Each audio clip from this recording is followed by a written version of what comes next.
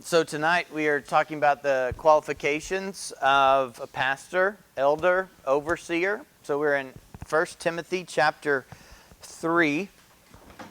And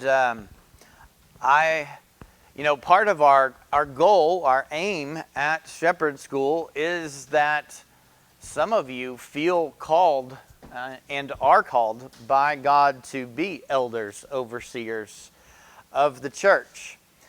But even so, if you are not that person, that man called to that task, you still need to know the qualifications for that role, as partially the qualifications are for all men. They're not extraordinary, supernatural qualifications for special kinds of men, the superhero men of the church. They're actually the qualifications for every single man in the church.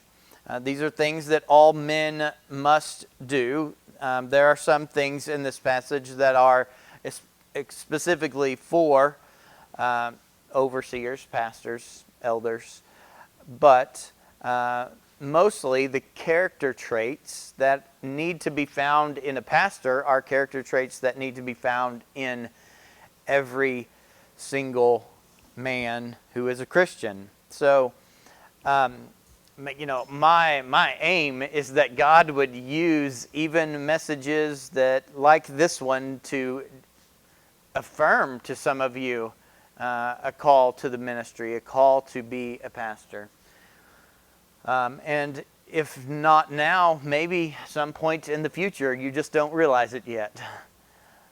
And if not, that you will be able to more understand the role and the qualifications of a pastor to help hold your own pastor to those standards through accountability. So I think it's also important, before we look at this passage, to just a couple of caveats. I think don't assume that if you meet the qualifications now, we go through all of these and you can pat yourself on the back, that means that you are called. Just because you meet all of the qualifications that are listed here doesn't necessarily mean someone is called. This doesn't mean it's not a status you achieve and then you've arrived at, now I can be a pastor. Even people, there are many men in the church who meet many of or all of these qualifications, but because of job situations or situations in life, that they cannot be a pastor and are not called in any way to be a pastor. Also, don't assume that your character will change without effort. When we look at these things and we realize that all men are called to these things, to these character traits, some people assume that, once I become a pastor, then it'll kick in. Well, that's a wrong way of thinking. If it isn't kicked in prior to, then don't be a pastor. So those are just a few caveats before we jump into the text. But 1 Timothy chapter 3, verse 1 through 7.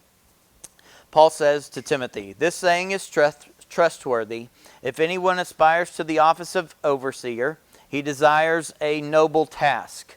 Therefore, an overseer must be above reproach, the husband of one wife, sober-minded, self-controlled, respectable, hospitable, able to teach, not a drunkard, not violent, but gentle, not quarrelsome, not a lover of money, but he must manage his own household well, with all dignity, keeping his children submissive. For if someone does not know how to manage his own household, how will he care for God's church? He must not be a recent convert, or he may become puffed up with conceit and fall into the condemnation of the devil. Moreover, he must be well thought of by outsiders, so that he may not fall into disgrace, into a snare of the devil." So I've kind of organized these character traits into 5 categories. First, an overseer must aspire and desire. So in verse 1 it says, if anyone aspires to the office of overseer, he desires a noble task. It seems that if God is calling someone to be an overseer or a pastor, that one of the first indications is that they have such a desire. God gives them a desire. If they have no desire, if there is no aspiration and no desire, we should take that as a hint that they are not called. And so it doesn't matter if mamas or grandmas say, "Oh, you would make a great preacher." Well, if you don't feel called, then it doesn't matter what other people think, that you need to have this kind of desire. And people may think, well, this is really not essential. Like, I don't really have the desire, but other people say I would make a great pastor. Well, great. But if you don't have a desire to do something, that's going to affect your willingness to do it and how good you are. And we pursue careers in life in general we want people to be doing what they love to do, because when you love to do it, you do a better job at it. And this is part of that desire. If you don't love being a pastor, you can't see yourself loving it, then you're probably not going to do a good job at it. And you're not going to handle the pressure of the environment and the things you have to deal with very well. So aspire means to eagerly long for or to set your heart on. It's actually used in 1 Timothy chapter 6, verse 10, when he's talking about the love of money. So 1 Timothy chapter 6, verse 10 says, "For the love of money is the root of all kinds of evil.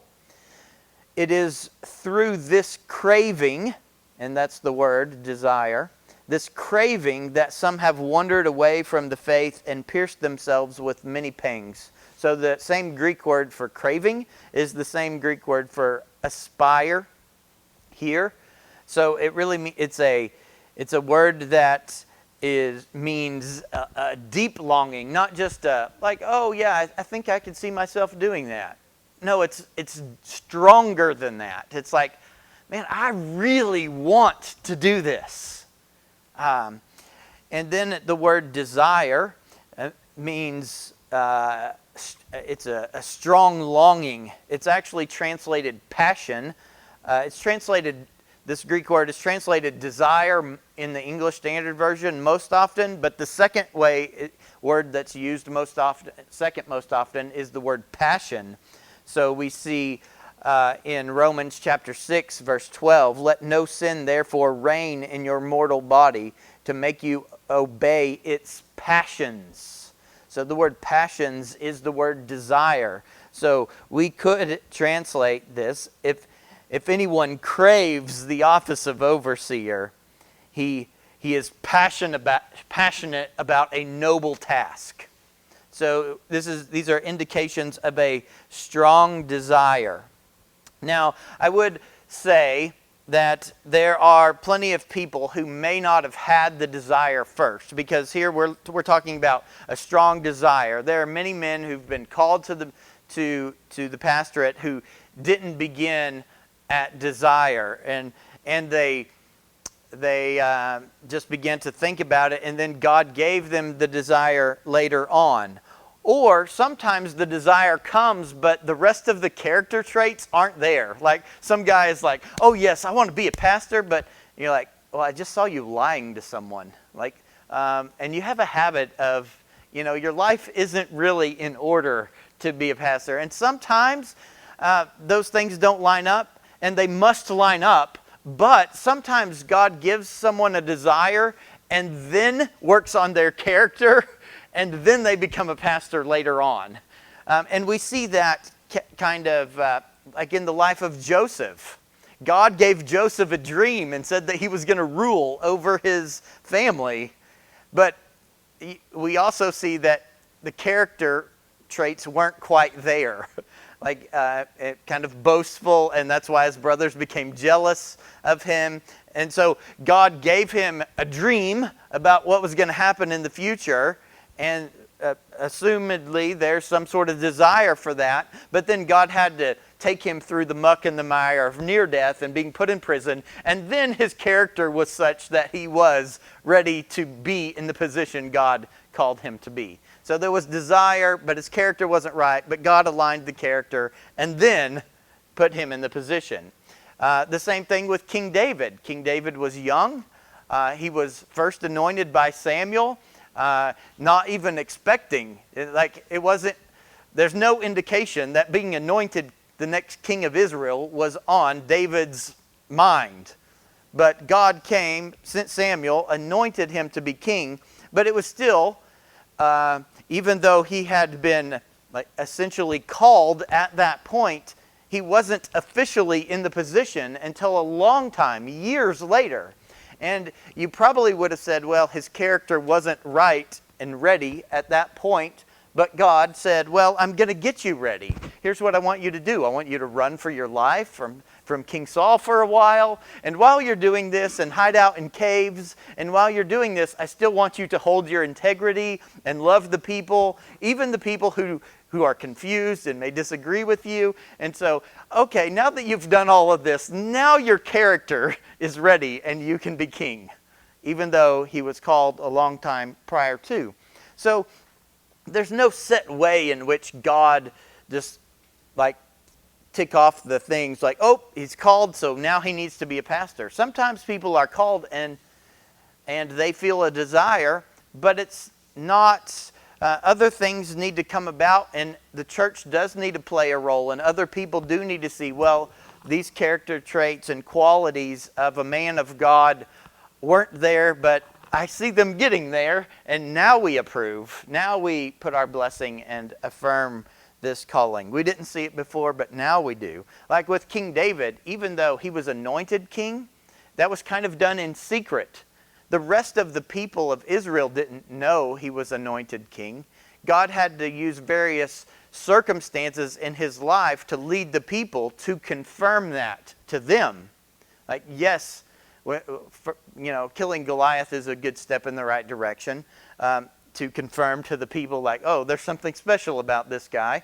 And then providentially put in a position to play music for the king and soothe his soul from demons and all that kind of thing. So providentially some things worked out, and then some other things to affirm to the people his calling. So if you have no desire to shepherd God's people, then simply don't pursue it. But then if God aligns things and changes things, and it can even change your desires, then it might lead you later to pursue this. So as I mentioned before, desire and hardship go together. Being a shepherd, being a pastor, overseer, means that you have responsibilities to carry and shepherding. You're shepherding people's souls, eternal souls. And it is a weighty matter, and there are many burdens. You're in a mess, in a whirlwind of, it's almost like you live in a hurricane of sin, and at the same time you have to remain calm and just trust and rest in the Lord and let the whirlwind go around you. But if you have no desire or longing for this kind of calling, you're not going to do well in the midst of a hurricane. There's going to be panic and depression, and it's just going to lead you to give up. So knowing that you're called and having a passion to shepherd God's people is what makes you willing to suffer difficult circumstances and the sins of people and your own, and stay the course. Because you know this is what God has called you to do. There have been many times in my life where I reflect back on it often and communicate it often, of how when God called me to be a pastor, I was almost 17, and it was just that God gave me that desire, and it was never a desire just to preach. And notice that this desire, aspiration is not a desire to just hear yourself talk to people. It's not a desire just to preach. Preaching and shepherding are not the same thing. Anybody can talk to people. Preaching is important. Absolutely. It is one of the main things a pastor does. But it is not the only thing a pastor does. And so when God called me to preach, God just put that desire on my heart. And that was affirmed by many other circumstances and providential things in my life. But I have had to look back on it numerous times where there have been seasons in my life where I thought, well, I just want to quit.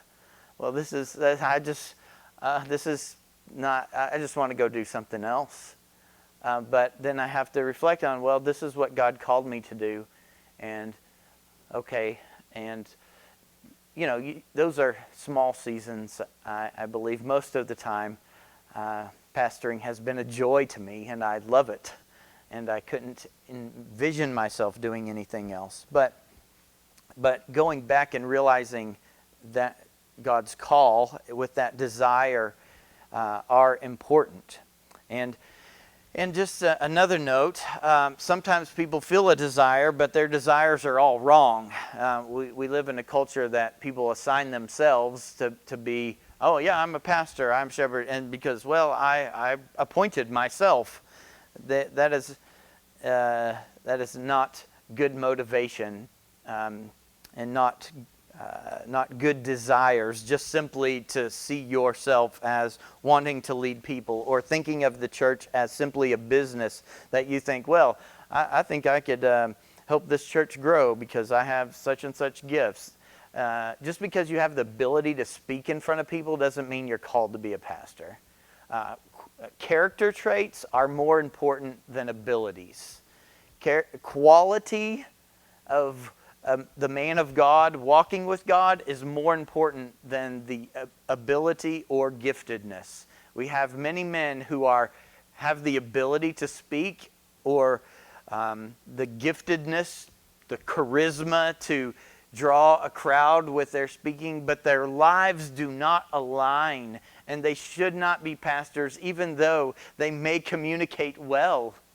Their lives are not in line with these verses that we have read. So we got to be on guard against false motivations as well, and not seeing a person not seeing themselves as I'm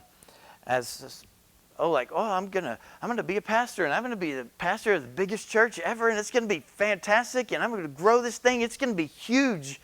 Like, if that is your motivation going in to being a pastor, you just need to put the brakes on. Most pastors are not going to pastor a huge church, and there was a point in which I would say I envied pastors of large churches, and that is no longer so. I am in no way jealous of them. There's too much responsibility for that. I love this nice small church where I know everyone face to face, and it's much better shepherding than what sometimes generally happens at a larger church. So, but desire needs to follow other things, and so secondly, a person who is called as an overseer must be matured and proved. Matured and proved. So in verse 2, he says, above reproach. In verse 6, he says, not conceited. So I'm taking those two words, and really there are many other words in here that are talking about maturity. And then proved, in verse 6, he says, not a recent convert. So, sometimes recent converts have a lot of passion. Like someone gets saved and they are so excited. They want to serve the church in whatever way they can, and they even say, man, I feel like I'm called to preach. I just want to get out there. I want to tell everybody. I'm just going after it. And they have a lot of energy, a lot of passion, a lot of zeal. but there needs to be proven longevity with that zeal. Too many times we have rushed people with zeal to the front of the line to ministries, and then because it wasn't proven over time, then goodness, a lot of people, you put that authority, put them in authority, and then people are following them, and then when they fall off or don't follow the Lord like they are, some sin comes out, then all the people that were following them are now affected by that. That is no small thing. It's much better to take our time and that there be proven character before the Lord, not just proven with abilities, but proven in their walk with the Lord, in their godliness. And I use the word maturity, and sometimes we confuse maturity and knowledgeable and biblical knowledge. We assume sometimes that, well, if someone knows a lot about the Bible, that means they're mature. Maturity and biblical knowledge do not necessarily equal the same thing. Someone can know a lot about the Bible. They can know a lot about theology. And because we live in a world today where people watch sermons on YouTube or social media, they learn a lot of theology, but then sometimes they're not connected to a church, and so there's no working out the fruit of the Spirit in their life with other people, and no interaction, and no rubbing each other the wrong way, and having to show patience and kindness in difficult situations. And so they have a lot of head knowledge, and they think they're mature, but they don't love people. I mean, they're not committed to other people in a local church. And so they're actually immature. They may be able to tell you forward and backward some biblical doctrine, but that's not maturity. Paul Tripp has a book called Dangerous Calling. In that book, he says, it's important to be theologically astute and it's possible to be theologically astute and very immature. It is possible to be biblically literate and be in need of significant spiritual growth. Biblical maturity is never just about what you know. It's always about how grace has employed what you have come to know to transform the way you live. In other words, if you don't have godly character, it doesn't matter how much you know about the Bible, you're immature. You can know every story forward and backwards. You can quote a whole book of the Bible. But if it's not changing the way you live and have godly character, there's no maturity. Again, Paul Tripp says, bad things happen when maturity is more defined by knowing than by being. Danger is afloat when you come to love the ideas more than the God whom they represent and the people they are meant to free. I see this happening. There are a world of social media people who love theology but not the God behind the theology. Constantly talking about theology, and it seems to be like a hobby to them, but it has not changed their life, and their love for God seems to be completely absent while they talk about God. And it's a very dangerous thing. So maturity is not just knowledge. Maturity is only tested through difficulty. Remember, basically, we could have had a conversation like this with King David before he became king. We could have said, David, are you called to be king? He could have said, well, yes. And we would have said, okay, great. Does everyone else recognize this? Well, not yet. And so then we could have said, well, here's what you need to do. Run for your life, hide in caves, lose some close friends. But while you do this, maintain your love for the Lord, and then you will be proven and ready to follow the Lord. Maturity is proved in the difficult, not in the cakewalk. Not when there's a lot of young seminary students called to the Lord and go off to called to pastor, or feel the call to pastor, and go off to seminary and learn a lot of stuff, and then try to go pastor churches and realize, oh, this is not the same as what I learned. Like being on the ground working with sinful people is a lot different than just reading some theology books. It's not the same thing. Also, so it needs to be proven. So not a new believer. He says a new believer, he says not a recent convert, because they may be puffed up with conceit. And this we see in zeal. Someone has a lot of passion, a lot of desire, and then they go do it, and then they start thinking highly of themselves, like, wow, I have done it. This is amazing. I'm doing a fantastic job. And then just become arrogant, sometimes authoritarian rather than a shepherd. And this is no small issue. This is a very dangerous thing. Over the last decade, we have seen men rise to build, very zealous men, build multi-site churches of tens of thousands and tens of thousands and congregations all over the place, and then fall flat on their face and affect tens of thousands of people. And there are many people today have left churches like that and never went back to church. I mean, there is fault on them, but there is much fault to be had on bad leadership in the church who are prideful and have done much harm to people for the rest of their lives. The third major bracket point is that he must be sexually pure.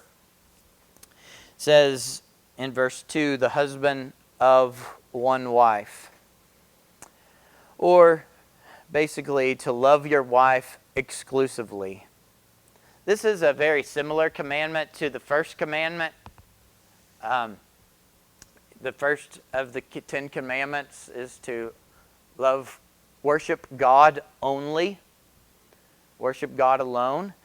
That means that we should not be giving lip service to God while we have other important idols in our life. And the same thing is true on the ground with our relationship with our wife, that she is exclusively who we love. That no other woman has any whatsoever of our attention, our affections, our desires. Our wife alone is who we love. We say in our vows, forsaking all others. So your wife is yours, your standard of beauty. What body shape appeals to you in women? Well, whatever the shape of your wife is, that's what should be your standard. What appeals to you should be your wife and your wife alone. And this works well for your wife because women, when they are securely and exclusively loved, will be more prepared and thrive in the ways that God intended for them to live. When our wife, if a woman who thinks or is always second guessing whether her husband is totally in commitment to her and is always wondering what other relationship that he might have, is going to find her, she's going to be insecure, and it's going to cause relationship issues. But more than that, not just for the good of our relationship with our wife, but because it's godly character. It is sin against God for us to love anyone other than our wife. So this means we should be on guard, because we live in such a social media age where, you know what, those porn filters and accountability things just don't work strong enough. You got reels on that, whatever, 30-second little reels that pop through, and the world is against you and wants to fuel your sexual immorality. And especially because the world hates marriage and will draw you in to look at cruel and crude things, to draw your attention away from what is godly and waste your time, bring shame and guilt on your family, your wife. Even, well, a news article came out today, or yesterday afternoon, that Matt Chandler was stepping away from preaching because he was chatting inappropriately with someone on Instagram, a woman on Instagram. I mean, these things are no small issue. For every pastor that gets caught doing something, there are probably 100 others that are doing it and haven't got caught yet. Pornography is a secret sin that many men have, and Jesus said looking at women with lust is adultery. And if you are doing that, you are committing adultery. You are not just looking at stuff, and it's not just, well, you know, it's like it's a small thing. It helps my marriage. No, it doesn't. It wrecks your marriage. And a pastor should in no way be doing that kind of thing. Love your wife exclusively and remain sexually pure in all ways. If you are not married, and remain sexually pure. Albert Martin, who was a pastor in the Northeast, says, when those in leadership fall short of being and doing what is plainly revealed in Scripture, so that even those in the pew can, so that it is plain, even to those sitting in the pew with his Bible open in his lap, that it can do untold harm to the people of God. So when a pastor, this is not just for sexual purity, this is for all of the character traits. When a man of God is doing what is clear to all the people, what is contrary to the Word of God, and the people in the pew can see it, then he is undermining everything he says and hindering the work of the gospel. And having godly character, that is why having godly character is more important than having giftedness or ability, because you can have all the giftedness in the world, but if your life does not line up with what you're saying, you may be able to draw people's attention in and get them to laugh at something funny, but it will not change their life because you're undermining the very thing that you are communicating with your life. So godly qualities are more important. Fourth, he must be a faithful home manager, or he must manage his own household well. If you are the manager of your home. If you are not married yet, you will, and you are going to be, you will be the manager of your home. Manage is not an ungodly word. You are the manager of your home. It means you're the boss. The man is the boss at home. You manage When you're at work and you have a manager, you go up. They're over you. A manager is over his family. Manage means to preside over, to have authority over. It also means to rule over your home. In fact, it's the same word in 1 Timothy 5:17, just a couple chapters over.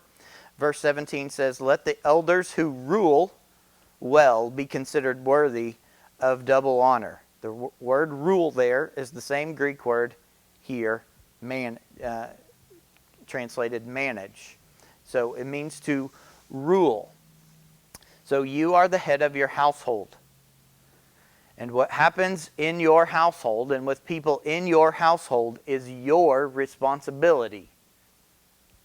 Your wife's sin is your responsibility. Your children's sin is your responsibility. Now, management doesn't mean that you mistreat people or take advantage of people. We all know managers who do that, and usually in the business world, managers, sure, there are good managers and bad managers, but management is in and of itself is God designed. Management is good and a godly design. It can be done wickedly and it can be done godly. And if it is done wickedly, the answer is not to throw out the idea of management. It's to do it godly. It's to embrace what God put in position and to be managers. And I fear that many men have like, well, I haven't done, we get to the place where, I've messed up. I haven't been good at managing this. And then we just kind of abandon the role and just like, well, I've messed up so much, so I'm just not going to try anymore. Well, that is not the answer. That is just as ungodly to not try to manage your family when God has told you that you are the manager of your family is also wicked. You are not fulfilling the role. You're just being a bad manager by being passive and sitting back and doing nothing. So when it talks about that we manage our own household well, what that first means is that you manage your wife. Does that sound a little crass? Does manage your wife? If you're managing your household, you manage your wife. Yes, you must love your wife. Ephesians 5. But as she is part of your household, then you must manage her also. You must not simply be a pushover.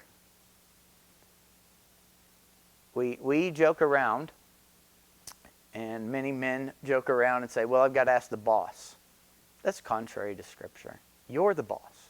I know it's a joke, but it's a joke that the world has kind of fed us, and we think it's ha-ha. But there are many men who act and live their lives as if their wife really is the boss. And they have to go submit to her and do whatever she says. And if you want to do something and she doesn't like it, then she'll use sex to manipulate you, or the lack of sex to manipulate you, so that she gets whatever she wants. And she rules you. She's the man of the relationship because she's ruling. You're to be the manager of your home. And so you must not simply be a pushover. I know many men have maybe tried, maybe when you began your relationship with your wife and you first got married and you tried to manage and it just didn't, it blew up back in your face and you're like this is too hard. And so you just gave up. Well, stop giving up. You can't give up on what God has said you are to do. Maybe you did it wrong at first. Maybe you caused it to blow up in the way that you handled things. But you cannot simply just say, I'm done. I'm not trying anymore.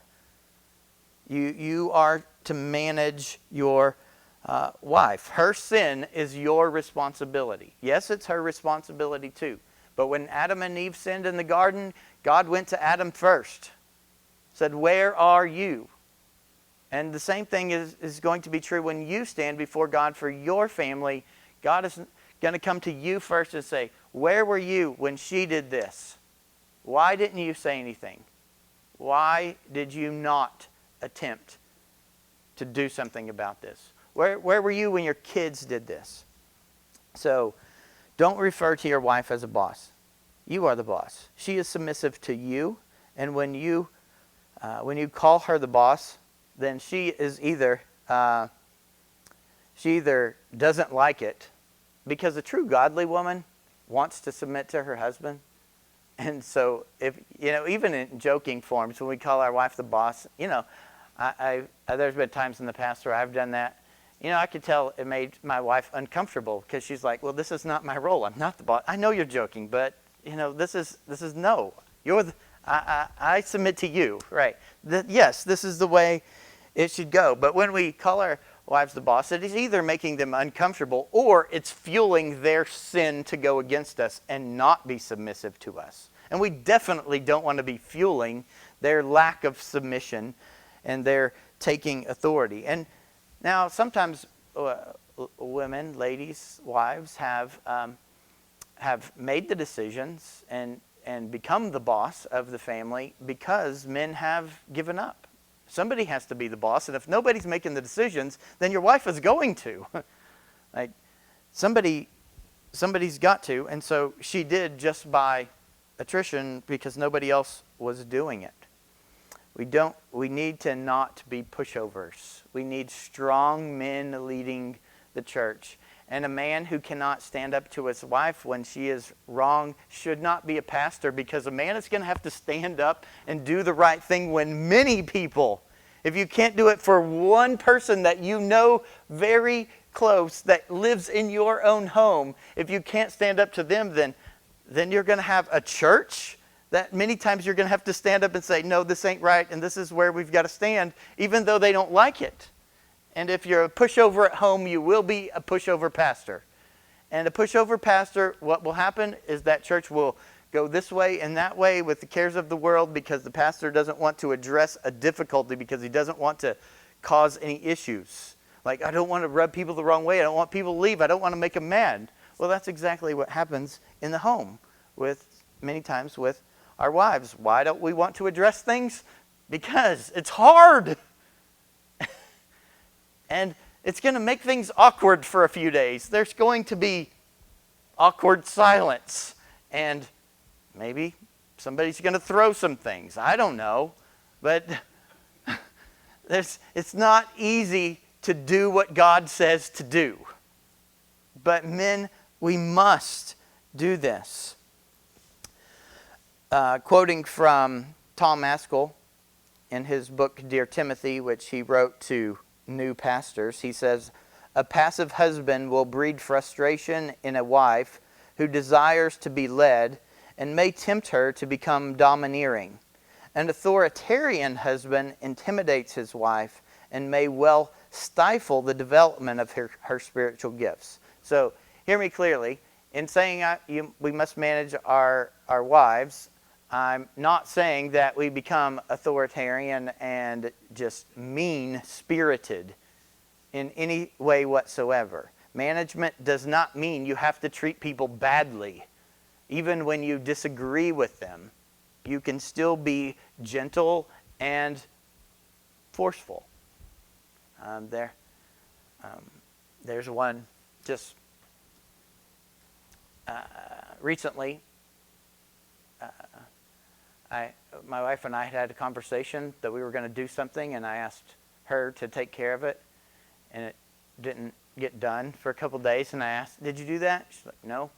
I'm like, "Well, why?" She's like, "Well, I don't really want to." And it was kind of something, it wasn't a huge deal. I'm like, well, I want you to take care of that.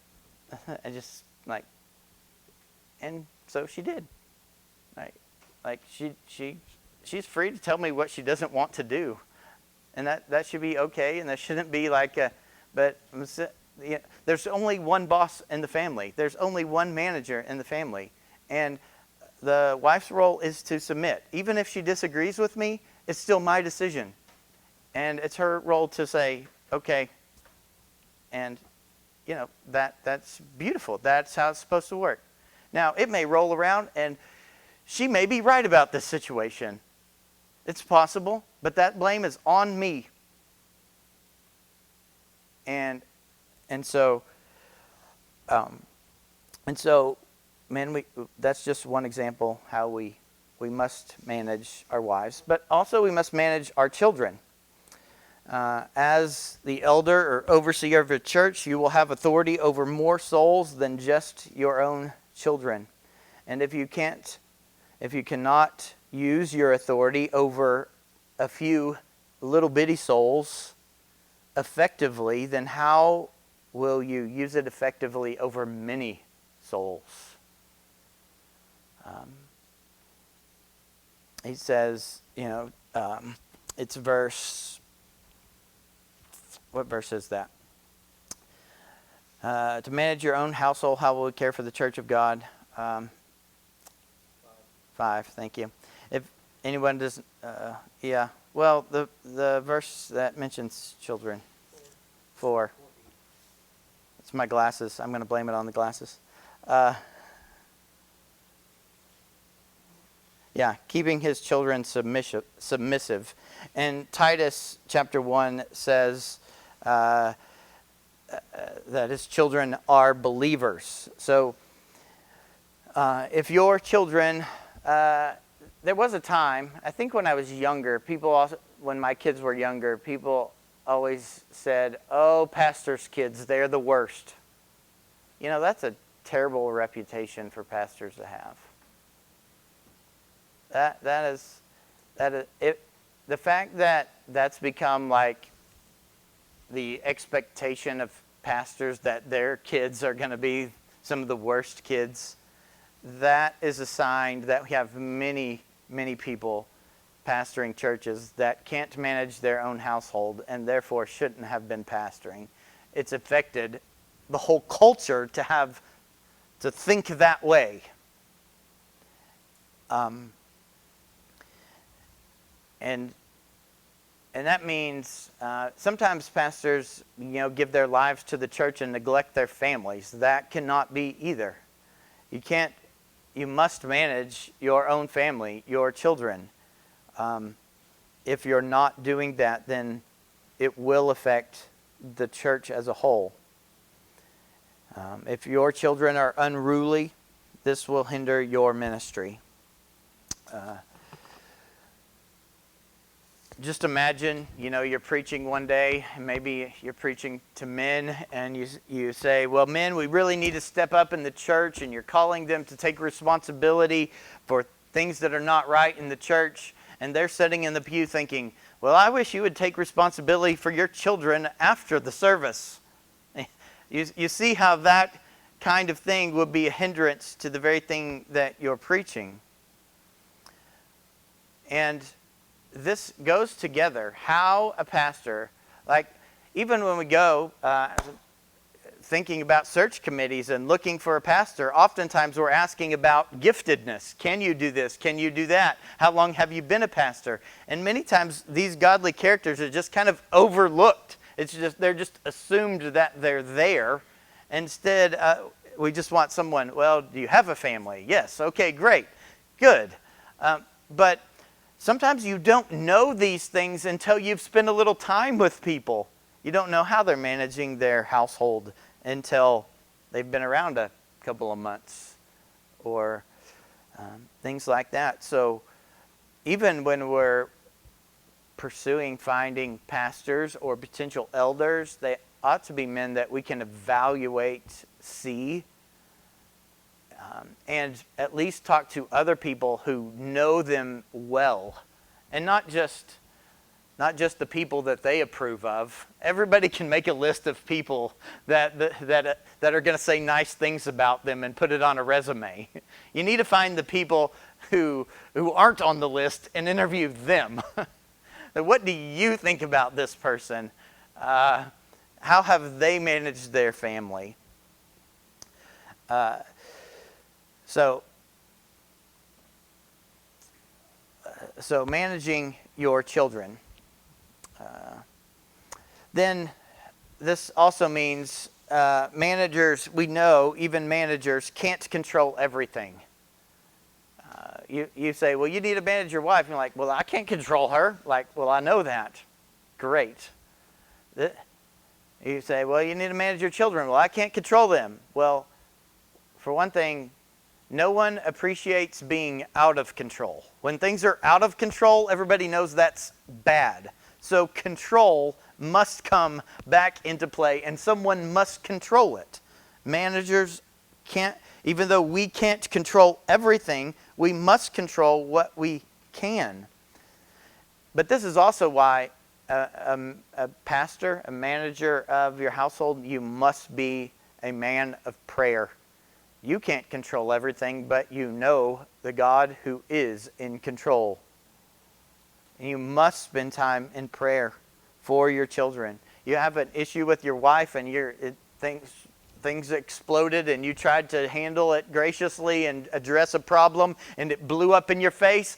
Pray! Pray your heart out.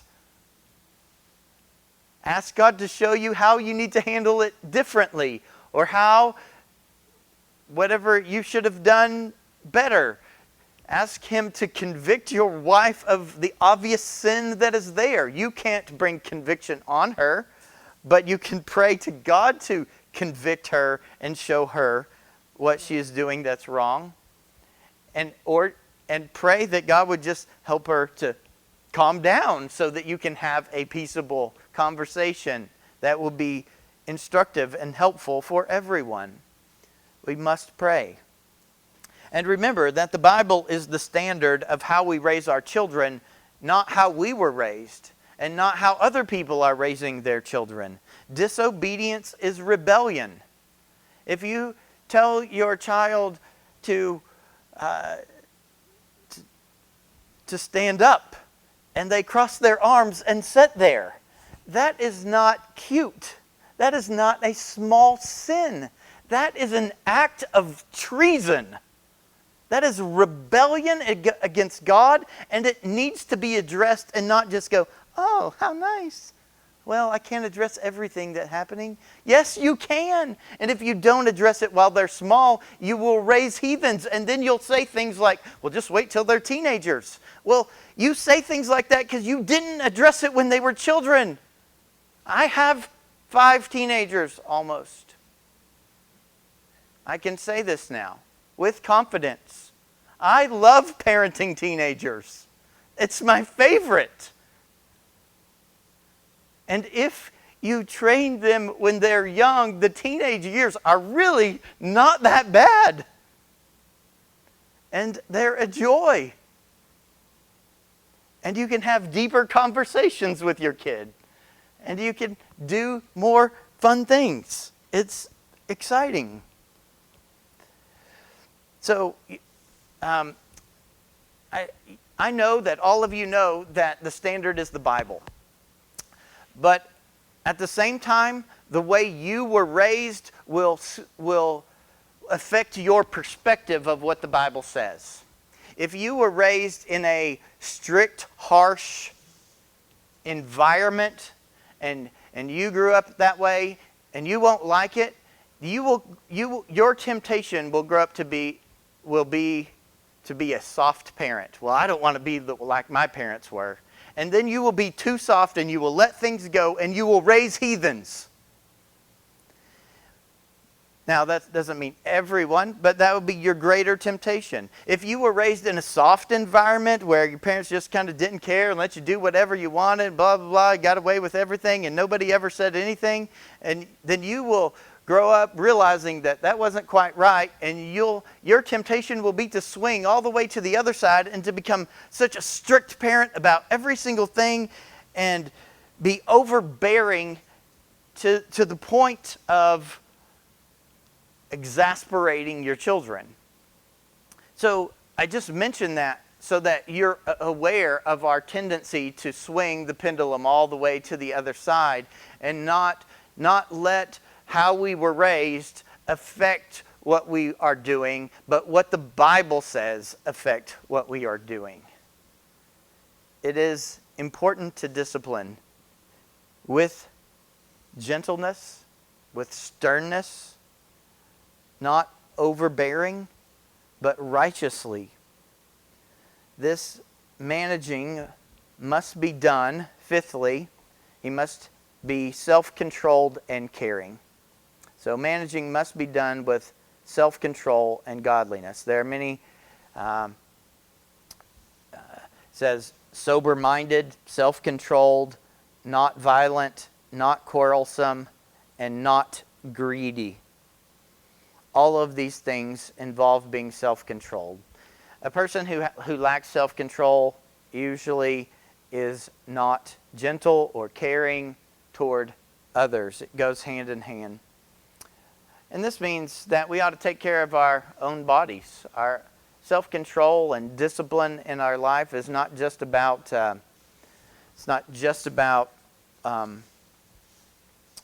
what's good for other people, but what's good for godliness, which means we need to be self-controlled in our temper, self-controlled in how we, instead of exasperating our children by just simply yelling at them, but actually doing something that causes the correction and the spiritual growth, because just yelling at people doesn't cause spiritual growth. It takes more than that. And that's, a lot of times that's a lack of self-control. We just wait until the last minute and we blow up and like, "Ugh!" And that's not helpful, and that's a lack of self-control. And so not quarrelsome, not looking for a fight, not doing things just for the sake of money. All these things involve self-control and truly caring for other people. All these things are essential in a pastor. All of these things are essential in a man of God, in his own family. And I pray that God would help us to be these things, and that he would challenge us and convict us of our passivity, if that is the case, or our authoritarian nature, if that is the case, so that we may raise children who love the Lord, and that our wives may be washed in the Word in such a way that their spiritual growth excels and exceeds for the glory of God.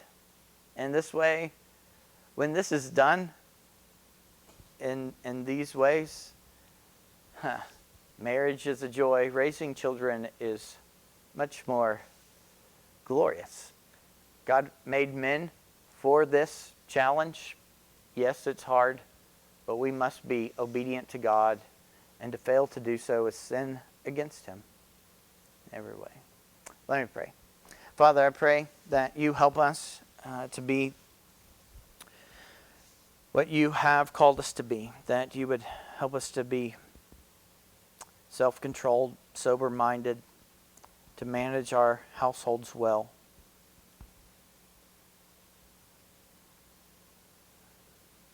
To be mature and walking with you in godliness, even in the private of our home. Forgive us where we have failed you, and lead us to do what is right for your glory.